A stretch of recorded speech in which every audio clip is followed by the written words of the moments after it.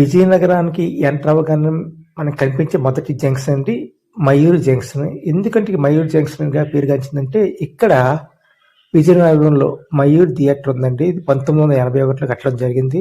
ఇది ప్రజెంట్ మాత్రం హిమగిరి సప్తగిరి థియేటర్గా పిలువబడుతుంది. ఇందులో ఎర్రమల్లి విడుదలైందండి 1981లో. అప్పట్లో బాగా ఫేమస్ అయింది. అందువల్ల ఇక్కడ మయూర్ జంక్షన్గా ఇది పిలువబడుతుంది.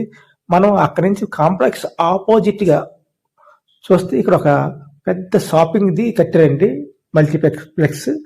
అందులో ఒక సినిమా థియేటర్లు ఏర్పాటు చేశారు. మీరు చూస్తారు ఐనాక్స్. ఇక్కడ చాలా థియేటర్లు ఉన్నాయి. ఇలాగే విజయవాడలో సినిమా థియేటర్లకి కొంచెం కొలువుగా మార్కెట్ ప్రారంభమైందండి. మీరు చూస్తున్నారు ఆర్టీసీ కాంప్లెక్స్ ఏరియా.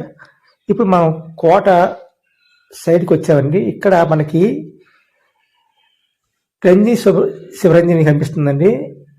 ఇది మీరు చూస్తున్నారు. ఇందులో దీపారాధన 1981లో విడుదలైంది. సోమబాబు నటించిన సినిమా. మీరు చూస్తున్నారు రంజని శివరంజని. అయితే దీని పక్కనే మనకి బాలాజీ థియేటర్ ఉందండి. ఇదేనండి, దీన్ని బాలాజీ సెంటర్ అంటారు. అయితే థియేటర్ క్లోజ్ చేసి 10 years అయింది. మాయమైన థియేటర్లో విజయనగరం ఇది ఒకటండి. ఇది ఎల్లాలి సినిమాతో విడుదలైందండి 1981లో. సోమబాబు పిక్చర్ ఇది. ఇదంతా బాలాజీ జంక్షన్ అండి.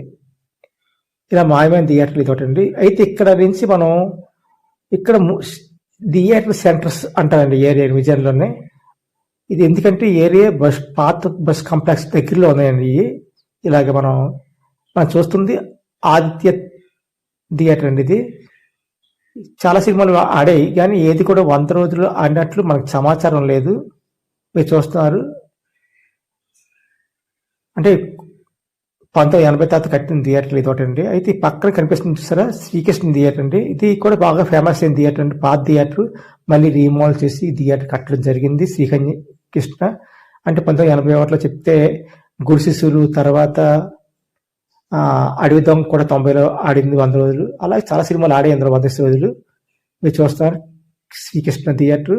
అయితే పాతప్పుడు అండి దీని కింద మనం థియేటర్లోకి వెళ్తే స్తంభాలు ఉండేవి అడ్డుగాన, చూసుకొని సినిమా చూసేవారు. అంత పాత థియేటర్ అండి ఇది శ్రీకృష్ణ థియేటర్ విజయనగరంలో. రీమోడల్ చేసిన తర్వాత ఇప్పుడు ఈ థియేటర్ రిప్రజెంట్ చూస్తున్నాం. అయితే ఇక్కడ దీని ఆపోజిట్లో మనకు న్యూ పూర్ణ థియేటర్ ఉండేదండి. చూస్తున్నారు కదా ఆ జంక్షన్ పక్కన న్యూ పూర్ణ థియేటర్ అండి. అయితే దాన్ని షాపింగ్ కాంప్లెక్స్ ఈ మధ్యకాలంలో కట్టడానికి దాన్ని కూడా క్లోజ్ చేయడం జరిగింది. అక్కడ ప్లేస్ మాత్రం మనం చూస్తున్నాం.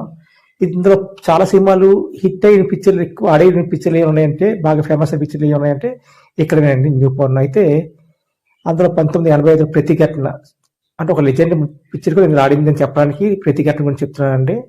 ఇక్కడ ఆడింది మనం చూస్తున్నాం న్యూ పూర్ణ మాయమైన థియేటర్ విజయనగరంలో. ఇది ప్రజెంట్ ఎక్కడ ఉందని అనుకుంటారు కదా ఏరియా, మున్సిపల్ కార్పొరేషన్ అండి విజయనగరంలో. అంటే ఇదంతా మొత్తం అంతా సినిమా సెంటర్ ఉండే ఏరియా అండి. ఇదంతా బాగా ఫేమస్ అయిన ఏరియా విజయనగరంలో. మీరు చూస్తున్నారు విజయనగరంలో సినిమా థియేటర్లు. ఇక్కడి నుంచి మనం స్టేషన్కి వెళ్ళే రోడ్డు అంటే అక్కడ జంట స్తంభం నుంచి వెళ్తే మనకి థియేటర్ కనిపిస్తుంది. ఇది ఎన్సిసి అండి థియేటర్. ఈ థియేటర్ గురించి చెప్పాలంటే బాగా టెక్నికల్గా బాగా డెవలప్మెంట్ అయిన థియేటర్లో ఇది ఒక థియేటర్ అండి. అంత గొప్ప థియేటర్ విజయనగరంలో ఉంది అంటే ఇది ఒకటండి. ఇందులో ఏ సినిమా చూసినా మంచి క్వాలిటీతో సినిమా చూడాలి అంటే ఎన్సిసి థియేటర్కి వచ్చేస్తుందండి. అంత గొప్ప థియేటర్ అండి ఇది. రీమోడల్ ఎన్నిసార్లు తరలు వచ్చినా రీమోడల్ చేస్తూ ఇప్పటికి కూడా థియేటర్ లాగా గుడ్ విల్గా సంపాదించుకొని ఉన్నదంటే ఒక థియేటర్ విజయనగరంలో ఇది ఒకటేనండి మనకు కనిపిస్తుంది. మీరు చూస్తున్నారు విజయనగరంలో థియేటర్లు. అయితే ఇక్కడి నుంచి మనం ఇంకా ముందుకు వెళ్తే స్టేషన్ రోడ్ దగ్గరికి వెళ్తే మనకి బాగా ఫేమస్ అయిన థియేటర్ అండి శ్రీ వెంకటేశ్వర. అయితే ఈ థియేటర్ ఈ మధ్యకాలంలో దగ్గర చాలా సంవత్సరాల నుంచి క్లోజ్ చేయడం జరిగింది. తర్వాత థియేటర్లోనే కళ్యాణ మండపాలు నడపడం జరిగింది. ఇప్పుడు మీరు చూస్తున్నారు ఇది ఇక్కడ కూడా షాపింగ్ కాంప్లెక్స్ తయారవుతుంది.